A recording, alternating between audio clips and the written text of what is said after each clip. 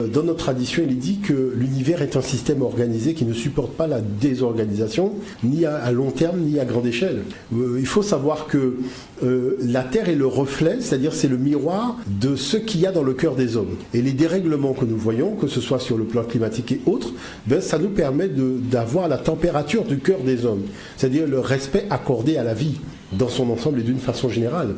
Et on voit bien qu'on y est vraiment très très loin. Et je pense que c'est un vrai problème de fond.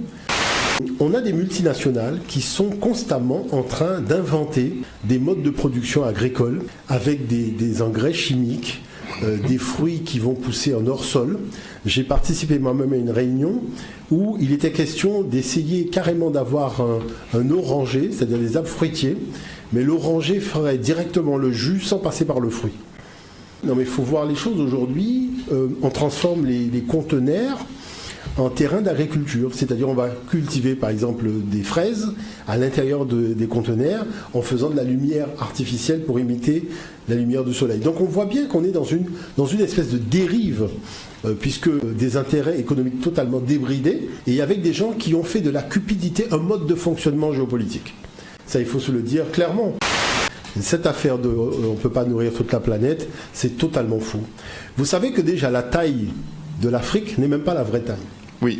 Alors, ce qui veut dire qu'en surface au sol, il y a du sol pour donner à manger à toute la planète. Parce que si vous pouvez faire rentrer tous les pays dans la configuration du continent africain, ça veut dire que vous avez de quoi donner à manger à tout le monde. Est-ce que vous voyez l'affaire? Donc déjà, ça montre que déjà c'est fou. Puisqu'on vous dit on met les États-Unis, on met l'Europe, on met la Chine, et il y a encore de la place pour mettre encore l'Australie et compagnie. Donc ce qui veut dire que l'Afrique à elle seule a de quoi nourrir toute la planète. Sauf que lorsqu'il y a eu les conférences de Bretton Woods et compagnie, on a interdit à l'Afrique de subvenir à ses besoins sur le plan agricole.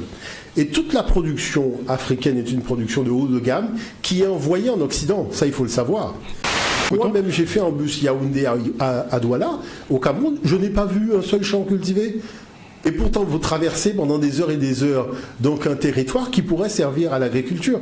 Il faut savoir que tous ces territoires-là, avant l'arrivée des Portugais au XVe siècle, servaient à l'agriculture. Ce sont des anciennes terres agricoles qui étaient là. Et qu'aujourd'hui, à cause des intérêts économico-financiers mondiaux, on a décidé quoi? On a décidé que l'Asie allait produire du riz, les États-Unis qui vont produire du blé, voyez, donc on va produire, et l'excès va être racheté par des organismes comme la FAO pour pouvoir être mis à disposition des pays. Est-ce que vous voyez l'affaire? Et le pays doit encore donner des subsides pour bénéficier de cet excès. La chose, c'est pourquoi on force un pays à récupérer l'excédent de l'autre, alors que ce pays a de quoi faire. Et l'agriculture, c'est quand même le fait de pouvoir avoir des paysans et d'occuper les gens à la production locale et endogène. On parle d'un continent africain qui a plus de milliards d'individus, mais où sont les machines agricoles pour cultiver les terres? On vous montre des images de gens qui sont courbés dans un champ en train de labourer le champ à la main. Il y a, à l'ère des tracteurs, à l'ère de toutes ces machines-là, il n'y a pas une machine pour faire ça. Et il y a la FAO. On vous dit il y a la FAO, il y a la Banque mondiale, il y a tout ça. Et tous ces organismes-là, ça, on voit quoi? Un petit couteau pour retourner la terre? Vous voyez pas que c'est pas sérieux? Donc on voit bien que nous sommes dans la prédation économique, nous ne sommes même pas dans des relations, je dirais, de pays à pays. Il n'y a pas de coopération. Il faut arrêter ces mots-là, ça n'a aucun sens, c'est des coquilles vides. Il n'y a pas de coopération, il y a du vol organisé. Vous voyez, du vol organisé aussi avec de la pression militaire. Parce qu'il ne faut pas oublier que l'armée française est déployée magistralement en Afrique, et beaucoup d'armées, on voit que les États-Unis aussi essayent d'installer des bases militaires, on voit bien ce qui se passe. Le Mali a besoin de bâtir des relations internationales pour pouvoir son développement économique, et vous avez des militaires qui sont déployés, et vous n'avez pas d'action sur ces militaires-là. Vous voyez ce que je veux dire par là? Vous êtes en territoire occupé chez vous. Vous imaginez que vous avez à faire du commerce international avec des militaires chez vous, sur lesquels vous n'avez aucune latitude. C'est quoi cette affaire? On vous parle après de djihadisme, mais le problème c'est qui a distribué les armes? À l'époque donc du problème de Kadhafi, distribuait des armes allègrement dans le site de la Libye, et des armes et des munitions. C'est-à-dire s'ils avaient donné des armes sans munitions, bon, l'affaire n'aurait pas été aussi grave qu'elle est aujourd'hui, mais le problème c'est qu'ils ont donné des armes et des munitions. Et ces armes et des munitions, tout simplement ravivaient les velléités de populations qui avaient aussi des revendications à faire. Donc c'est ça les problématiques de fond. Parce que je veux bien qu'on nous raconte des histoires, mais à un moment on voit bien que ce sont des fables. puisqu'on voit bien qu'il y a la contradiction. C'est-à-dire c'est dur de tenir la durée sur le long terme, c'est-à-dire de tenir l'argument sur le long terme. Il faut quand même arrêter de prendre les gens pour des imbéciles. Moi, j'ai toujours soulevé les mêmes problématiques. La problématique, c'est l'idée d'envoyer l'armée installer la démocratie en Afrique. Quand l'armée française est envoyée en Afrique, la décision n'est pas démocratique. C'est une petite cellule à l'Élysée qui prend la décision de faire décoller les militaires au Bourget en pleine nuit pour que personne ne voit. Si c'était une armée démocratique, pourquoi on n'en discute pas à l'Assemblée nationale avant pour dire voilà, nous envisageons d'eux.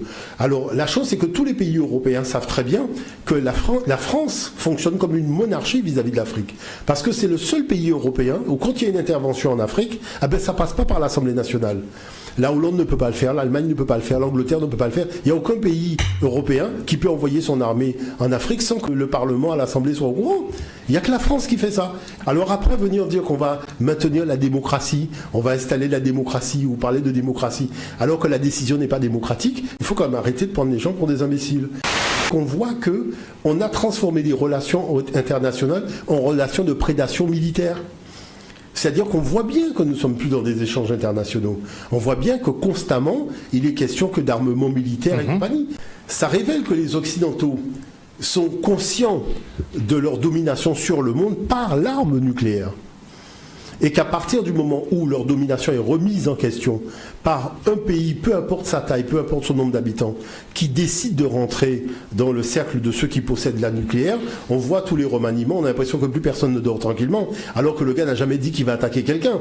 Est-ce que vous voyez l'affaire? Donc l'Occident a le droit de venir faire des tests de bombes nucléaires en Afrique, des tests de bombes nucléaires dans le Pacifique ou dans le désert du Texas, mais la chose c'est que quand c'est un autre pays qui dit ben moi aussi, je veux pouvoir à mon développement et me protéger, ça devient un problème pour tout le monde. L'agenda militaire et politique américain vis-à-vis de l'Iran a été ouvert à une époque où il n'y avait même pas de problème avec l'Iran. Exact.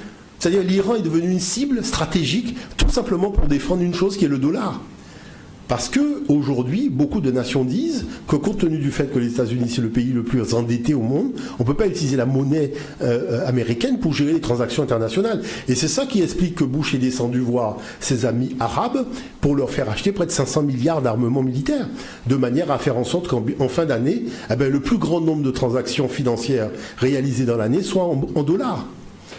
Et on voit bien qu'aujourd'hui, et ça a été le problème de Kadhafi, c'est le problème de beaucoup d'autres nations, qui disent mais on nous demande d'avoir une rigueur financière pour pouvoir avoir donc des rapports internationaux basés sur une certaine plateforme d'équilibre, mais ceux qui demandent ça n'ont aucune rigueur financière. On met les chefs d'État sur écoute quand ils font partie des BRICS, tout simplement parce que les BRICS menacent l'intégrité économique américaine. C'est-à-dire ils organisent leur désorganisation financière, ils font des crises comme bon ça l'enchante, on fait monter ou descendre le prix du baril du pétrole, enfin on s'amuse quoi. Parce que la problématique, c'est que vous savez que le rapport de densité de population entre le nord et le sud, mais c'est effrayant. C'est-à-dire si vous avez 1 milliard de population dans le nord, vous avez près de 5 à 6 milliards de population dans le sud. Et ces 5 à 6 milliards de population dans le sud, vous voyez, ont toutes les matières premières pour fonctionner, mais ils sont complètement sous occupation à tous les niveaux. C'est-à-dire sous occupation spirituelle. Si tu pries, il faut prier le Dieu de l'étranger qui est au nord. Vous voyez l'affaire, sous occupation éducationnelle, ton manuel scolaire a été édité au nord, tu n'as pas un manuel scolaire qui raconte l'histoire de chez toi, tu deviens expert de l'histoire des autres, mais tu connais rien de ton histoire toi-même, vous voyez ce que je veux dire par là, et tout est comme ça. Le droit est né dans les pays du Sud, tout le monde sait que l'Égypte c'est l'inventeur, et même le droit romain vient de l'Égypte antique. Il y a un historien français qui a écrit un livre là-dessus, l'origine égyptienne du droit romain. Vous voyez l'affaire? Mais la chose, c'est qu'on va faire un droit corrélé à des intérêts économiques. Vous voyez ce que je veux dire par là? Et après, c'est comme les dictionnaires. Le gars, il te dit que la définition dans le dictionnaire, ça veut dire ça. Mais qui a fait le dictionnaire? Est-ce qu'on a réuni les peuples de la planète pour dire on va trouver ensemble la meilleure définition qui convient à tout le monde? Non, tu as des Occidentaux qui se réunissent, qui décident d'une définition qui convient à leurs intérêts, machin, et qui t'imposent leur définition. Et le résultat, c'est que tu crois que vraiment le mot coloniser, c'est un acte positif, quoi. Vous voyez ce que je veux dire par là? Parce que c'est ça, mais il y a un moment, il faut bien comprendre à quel jeu chacun joue. Parce que la chose, c'est qu'il faut quand même faire comprendre à ceux qui dirigent le monde et qui sont le groupe des 5 personnes que ça ne peut pas durer comme ça, mes chers amis. Il faut savoir que déjà un étudiant de Sciences Po ne connaît pas grand-chose. Il ne connaît pas grand-chose. Regardez comment la politique étrangère est traitée. Elle est traitée en fait divers. C'est-à-dire qu'elle est traitée en fait divers. Pourquoi elle est traitée en fait divers? Parce qu'on sait qu'il y a toujours une multinationale occidentale derrière la réalisation de la chose. Il y a un fait, à l'origine du fait, c'est une multinationale qui organise ses affaires chez les gens. Bon, maintenant la chose, c'est que, compte tenu du fait que ces multinationales financent les médias, mais les médias ne peuvent pas venir les mettre donc en avant en disant mais regardez ce que vous faites de pas bien. Et qui est-ce qui m'a dit ça? C'est Patrick Poivre-Tarvor. Hein. C'est Patrick Poivre-Tarvor même qui, dans un échange, m'a dit mais le problème c'est que ces grandes multinationales font partie des holdings et les holdings, ce sont nos clients au niveau des pages de pub. Donc on ne peut pas invectiver, je parlais de problème précis, qui était le problème de Nestlé. Et je lui avais posé la question par rapport à Nestlé. Et c'est là qu'on avait ouvert un grand débat. La chose qui se passe, qu'il faut arriver à bien comprendre, c'est que nous sommes dans une situation où des pays du Sud ont des matières premières et les pays du Nord ne veulent pas payer les matières premières qu'ils viennent prendre. C'est-à-dire que si on faisait des relations économiques, par exemple le Nigeria fixe le prix de son baril de pétrole et quand l'Angleterre et les États-Unis, la France viennent acheter le pétrole, ils fixent, ils payent et c'est eux qui gèrent l'argent, machin, mais où serait le problème ? Il n'y aurait pas de problème. Après, on vient vous parler des Boko Haram et compagnie. Mais c'est des phénomènes nés d'une prédation dans l'échange commercial. Et ce sont les conséquences. D'ailleurs, c'est la manifestation de la prédation qui montre que là, il y a un bobo qui s'appelle Boko Haram. Vous voyez l'affaire? Après, on va essayer de lui faire porter le chapeau. Mais c'est la conséquence de quelque chose qui n'est pas clair. Beaucoup de choses partent en vrille aujourd'hui à travers la planète. Si on trouve quelque chose dans le jardin de quelqu'un aux États-Unis, regardez comment ça se passe. La personne n'a même plus besoin de travailler. Imaginez que vous êtes à Ouagadougou, vous êtes dans votre terrain et on trouve une mine disons un puits de pétrole. Mais les gens qui disent trouver un minerai sur ma terre, j'ai quand même le droit de toucher des intérêts sur l'exploitation du minerai. Vous pensez que vous avez compris que il y a déjà un certain nombre de phénomènes qui vont se passer et le but du jeu pour vous ce sera de rester en vie, juste de rester en vie. Vous voyez ce que je veux dire par là? Donc on en est là. C'est ça la problématique. La problématique, c'est la prédation. Maintenant, qu'est-ce qui se passe? C'est que les jeunes ne sont pas au courant de la réalité du monde. Parce que les médias leur présentent l'action des pays occidentaux comme étant une action toujours positive. Alors que c'est une action à double tranchant. Moi, je fais des interventions, des fois, dans des écoles en Europe. La direction de l'établissement me dit oui, mais écoutez, essayez de passer quand même un peu la pommade. Ne dites pas les choses telles qu'elles se sont passées vraiment. Essayez d'édulcorer un peu la réalité. Vous voyez bien que les enseignants sont un peu gênés. Ils essayent de refaire de la reformulation. On essaye de faire passer la pilule. Parce que les gens savent très bien que la réalité n'est pas belle. Et ils savent très bien qu'ils sont responsables de cette réalité. Mais vis-à-vis des jeunes générations, leur jeune génération, ils veulent faire croire qu'ils étaient Batman et Superman. Et donc, voilà comment les choses commencent généralement. Et il faut amener les gens à changer. Maintenant, la chose c'est quoi? C'est qu'on fait croire aux habitants des régions nordiques qu'en dehors de la prédation, ils seront dans la pauvreté. Donc ils cautionnent des systèmes de prédation parce qu'ils se disent mais autrement on aura quoi? J'ai fait une conférence à Montpellier. Il y avait les autorités qui étaient là. Je leur ai expliqué quelque chose de très simple. Je leur dis moi quand j'ai quitté la Guadeloupe pour venir faire des études commerciales, les études de cas que je faisais, c'était des sociétés françaises. J'ai terminé mes études, j'ai commencé à travailler, je me suis posé la question, mais que sont devenues toutes ces sociétés que j'avais étudiées à l'époque où je faisais ma formation? Et je me suis rendu compte qu'aucune société n'existait. Toutes ces sociétés-là avaient disparu ou avaient été délocalisées en Asie du Sud-Est. Bon.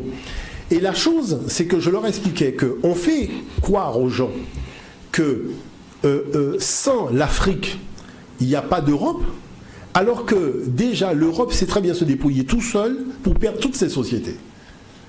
Et qu'on essaye de bâtir des systèmes de relations opaques avec l'Afrique pour sauver un système qui est de toute façon parti à volo. Si déjà vous êtes aujourd'hui en train de voir des responsables politiques se battre pour le Made in France, je tiens quand même à dire qu'à l'époque où moi j'étais étudiant, il y avait le Made in France, c'était une évidence. Et c'est eux-mêmes qui ont organisé leur délocalisation. Mon voisin était quelqu'un qui organisait la délocalisation des sociétés françaises. Et il m'a montré les contrats, il m'a montré les documents. C'était mon voisin, c'était un Français, mais qui organisait et qui disait « je garantis sur contrat 40% de réduction des coûts fixes ». avec la délocalisation. Mais attention, délocaliser, c'est vendredi, tu dis à tes salariés, au revoir, lundi matin, le salarié arrive, il n'y a même plus de société, il n'y a plus rien. C'est-à-dire en un week-end, les gars ont déjà installé les machines à l'autre bout du monde. Vous voyez ce que je veux dire par là? Le chef d'entreprise n'a même pas informé ses salariés que c'est la dernière fois qu'ils voient les meubles, les machines et les voitures dans la société. Il y a des modèles économiques qui peuvent être gagnants. Tout simplement. On vient dire oui, on ne comprend pas comment les sociétés se délocalisent. Parce qu'il y a un problème tout simplement de recherche de coûts de production le plus bas. Et regardez, la Chine aujourd'hui délocalise où? Elle délocalise en Éthiopie. Parce que l'Éthiopie, le salaire moyen, c'est 40 € le mois. Le gars, en fin de mois, il touche 40 €. C'est ce système-là qui donne naissance à ce genre de fonctionnement. Mais la chose, c'est que ce système-là est un piège qui se referme toujours sur les auteurs et les géniteurs du système. Et il faut donner aux gens l'espoir et la compréhension que tout cela, en fait, n'est qu'une grande machination dans le but d'oxyder leur réflexion et de leur faire croire qu'en dehors du mal, il n'y a pas de fonctionnement de relation basé sur le bien. C'est-à-dire ce qu'on appelle le gagnant-gagnant. Eh bien, il faut leur expliquer. Si on prend la Bible Tome, vous voyez, et on lit la Bible Tome au début, ben, ce que nous disons est écrit et consigné dans la Bible elle-même. C'est-à-dire que la différence qu'il y a entre ce que dit la Bible et moi, c'est que la Bible dit que les textes qui sont là ne sont pas les vrais textes. Et que ça fait l'objet d'une réécriture. Hein, voilà par exemple ici l'image, ça fait l'objet d'une réécriture. Et que on peut par exemple lire, moi je peux lire par exemple ce qui est écrit. Alors à la page 21 de la Bible Tome, c'est marqué: en racontant les origines du monde et de l'humanité, les auteurs bibliques n'ont pas hésité à puiser directement ou indirectement dans les traditions de l'ancien Proche-Orient. Donc puiser directement ou pas, ça veut dire copier, plagier. Bon. Donc ça veut dire que c'était des Noirs qu'on a blanchis. Bon. Lorsque Dieu annonce à la femme qui a été choisie qu'il a eu un fils divin, d'accord ? Et qu'il dit à cette femme-là, donc il y a ce qu'on appelle l'annonciation, il va lui parler. Il lui parle.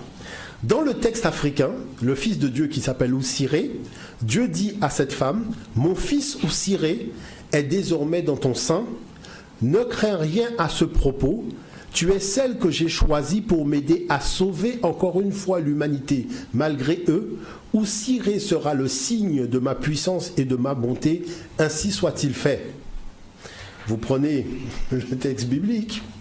Sois joyeuse, toi qui as la faveur de Dieu, le Seigneur est avec toi. Voici que tu vas être enceinte, tu en fêteras un fils et tu lui donneras le nom de Jésus. L'Esprit Saint viendra sur toi et la puissance du Très-Haut te couvrira de son ombre. Mais déjà, l'expression te couvrir de son ombre, c'est une expression de l'Égypte ancienne. C'est qu'au départ, ce qu'on appelle les saints chrétiens, c'était des divinités africaines noires, charbon, vélo, solex. Il faut être très clair, vous voyez l'affaire. Et c'est parce que les Occidentaux sont des locodermes et les Sémites sont des Sémites qu'ils ont tout simplement refait les représentations, je dirais un peu à leur image, en blanchissant, donc la Vierge Marie, tout ça, c'est des personnages qui ont été blanchis. Mais la version blanche n'existe pas en réalité, parce que vous êtes obligé de vous référer à l'original. Et ce que dit la déesse noire est exactement ce que dit la déesse blanche. C'est-à-dire les propos sont les mêmes. Et comme on le sait à partir des textes. Et c'est pour ça que la Bible même dit que la comparaison des récits ne manque pas d'intérêt. Mais elle ne va pas jusqu'à vous donner les récits. Il faut aller les chercher. Et je tiens à dire que les théologiens savent très bien qui est écrit. Parce que les théologiens même ont fait un ouvrage dans lequel ils ont mis les papyrus d'Amenémopé, donc Amenhotep, et les textes bibliques qui correspondaient à la copie de ces papyrus-là. Donc ça veut dire qu'ils savent. En ce qui concerne nos textes qui ont été plagiés, je peux vous dire qui les a écrits. Kajemni, Taotep, Méricare, Akhenaton, Ankhéchon, nous connaissons très bien. Donc maintenant on prend le texte d'Amenhotep, on donne donc un autre nom et on l'affecte à quelqu'un dans la Bible, et on se rend compte qu'à la date où on a placé ce personnage-là, il raconte des faits qui émanent de rois qui ne sont même pas encore nés. Donc ça veut dire que l'auteur qui a rédigé connaissait le roi, mais la personne qui a vécu là ne pouvait pas connaître le roi parce qu'il n'est pas encore né. La révélation, c'est une fake news. Vous comprenez ce que je vous dis par là? Parce que révéler, c'est annoncer ce qui n'existait pas. Si Jésus est celui qui amène la révélation, la vie éternelle, le royaume de Dieu, l'existence de Dieu, tout ça, et que si tout ça existe déjà par écrit, et que les textes sont les mêmes, comme le dit la Bible Tome, c'est-à-dire qu'on découvre que tous ces textes-là étaient déjà écrits, la question c'est, qu'est-ce qui n'existait pas dans la révélation? Parce qu'il y a beaucoup de choses même que la révélation a oubliées, et qu'elle n'a pas dit, à commencer par le fait qu'il y avait 42 commandements et pas 10. Vous voyez l'affaire? Et il y a beaucoup de choses qui ont été oubliées, et on voit bien qu'en fait, ces gens, c'est le moment où les Occidentaux ont découvert cette tradition. Vous voyez l'affaire? Et qu'ils ont fait cette tradition, leur tradition, qu'ils ont placé à ce moment-là un repère historique disant que nous arrivons et nous entrons dans l'histoire. À ce moment-là, tous les peuples de Mésopotamie ont copié et recopié la tradition des Noirs élamites. Ce sont les élamites qui ont inventé le droit, ce sont les élamites qui ont inventé l'écriture, donc l'écriture cunéiforme, et ce sont les élamites qui ont élaboré les textes qu'ils vont tous recopier, c'est-à-dire les Akkadiens, les Babyloniens, les Assyriens, ils vont tous reprendre les mêmes textes des Élamites puisqu'ils n'ont pas de texte. Les Sémites sont installés sur un territoire égyptien, c'est-à-dire que Canaan appartient à Pharaon. Narmer, qui a fondé l'Égypte antique en moins 3200, avant Narmer, on retrouve déjà des palais égyptiens à Canaan. Et que quand on a fait des fouilles, des milliers d'années avant l'arrivée des Hébreux, on trouve déjà des vestiges. Et c'est des Français qui ont fait aussi les fouilles. Dans le texte des Élamites, il y a une divinité qui s'appelle Niursag, vous voyez, avec Enki. Et comme le péché originel est commis par un homme, il appelle sa femme au secours, et sa femme va sortir de sa côte. Vous voyez, donc ce qu'on appelle Ti, celle qui donne la vie. C'est le plus ancien texte racontant qu'une femme est sortie de la côte d'un homme. Mais sauf que cette femme qui sort de la côte d'un homme, ce sont des divinités. Est-ce que vous voyez l'affaire? Donc ce texte-là, qui est bâti dans une situation élamite matriarcale, où la faute dans le pays imaginaire du début n'est pas commise par la femme, elle est commise par l'homme, va être recyclée par les patriarcaux quand ils vont commencer à s'organiser en royaume politique pour devenir la faute est commise par la femme et pas par l'homme. Les cités grecques étaient organisées en clans. Chaque cité avait sa divinité. C'était le polythéisme grec, le polythéisme romain. Mais là, ils ont fondé une unité sur la base d'une théologie qu'ils ont découvert en Afrique. Donc ils disent, là maintenant, on commence à se constituer véritablement en tant que force politique, c'est-à-dire que tous les peuples européens maintenant vont s'organiser autour d'un seul Dieu et nous allons l'imposer par les armes. Et c'est ce qu'a fait l'Empire romain, c'est-à-dire on a imposé ce tunique-là par les armes. Et après on a été l'imposer par les armes aux autres, à l'époque de l'esclavage, la colonisation et autres. Et ça a été fait par les armes, il faut quand même être un petit peu sérieux. Vous voyez ce que je dis par là? Donc maintenant le problème de fond, c'est que ce qui a été accompli par les armes ne peut pas avoir été accompli pour Dieu. Et là il y a un petit problème qui ne passe pas. Vous voyez l'affaire? Parce que ça veut dire que nous allons légitimer l'aliénation culturelle, l'escroquerie, le mensonge et le brigandage organisé. Vous voyez ce que je veux dire par là? C'est là où il faut se fixer des limites. L'animisme, c'est quoi? C'est considérer que dans un arbre ou dans un cours d'eau, vous voyez, vous avez la présence du divin. Mais la question, c'est qui a créé l'arbre et qui a créé le cours d'eau? C'est pas le divin, c'est pas Dieu. Donc c'est même ridicule d'aborder la chose sur cet angle-là, puisque l'arbre même, c'est le fruit de la création, et la création, c'est le fruit de l'œuvre divine. Est-ce que vous voyez la chose? Et c'est pour ça que, si vous prenez Totem et Tabou, écrit par Sigmund Freud a dit dans Totem et Tabou que le système religieux le plus puissant, le plus valable scientifiquement parlant, c'est l'animisme. Lui-même l'a dit, hein, et il a fait tout un discours sur l'animisme pour expliquer que c'est véritablement le système religieux le plus puissant. Quand nous avons analysé les choses à l'école dioppienne, véritablement, parce que jusque-là, ce sont les étrangers qui parlent de nous, mais nous, on n'a pas encore ouvert vraiment la parole pour dire, mais voilà en fait comment nous percevons les choses. En fait, on s'aperçoit que nous, on n'est ni monothéiste, ni polythéiste, on est dans une forme de mono-originisme. C'est-à-dire, c'est quoi le mono-onégénisme? C'est-à-dire de considérer qu'au départ, il y a eu un créateur qui s'est démultiplié dans tous les éléments de sa création. Et comme chaque création a une forme de vie qui émane de lui-même et qu'il est l'animateur de toutes les formes de vie, donc chaque forme de vie étant reliée à sa vie première, c'est ce qu'on appelle la théorie de l'un qui est devenu multiple, et la somme du multiple n'est que l'un. C'est-à-dire, si on prend la totalité de tout ce que Dieu a créé, ça égale Dieu. Vous voyez ce que je veux dire par là? Et c'est à partir de ce moment-là que comme il y a sa force ontologique dans toutes les composantes de la création, eh ben, tout simplement, il n'y a pas une voie pour aller vers lui, mais il y a autant de voies qu'il y a de choses qui ont été créées par lui. Dans la tradition africaine, la chose est beaucoup plus complexe que ça.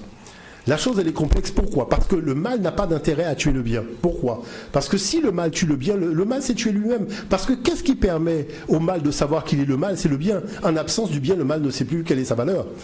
C'est-à-dire que le mal a besoin du bien pour révéler qu'il est le mal, comme le bien a besoin du mal pour révéler qu'il est le bien. Mais l'un n'a pas l'intérêt à supprimer l'autre, parce que supprimer l'autre revient à se supprimer lui-même.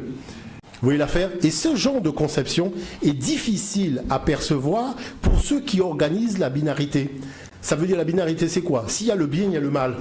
Donc quand il déclare « moi je suis le bien », forcément toi tu es le mal, même si tu lui as rien fait. Il ne te connaît pas, c'est la première fois qu'il te voit, mais il déclare qu'il est le bien. Toi, tu lui as rien fait, tu sais même pas d'où il vient, il t'abat parce que tu es le mal. Vous voyez bien que ce genre de vision n'a entraîné que des dérèglements dans l'histoire de l'humanité. Nous respectons les cultures de tout le monde.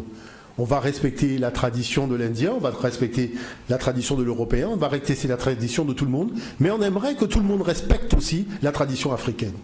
Vous voyez, qui est la maman qui a donné naissance à toutes les traditions. Et que si la maman n'était pas là, il n'y aurait pas eu les enfants.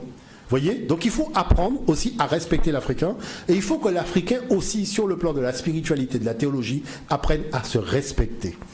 Et c'est ça, je dirais, c'est là où commence le début d'une nouvelle ère d'échange dans les rapports nord-sud.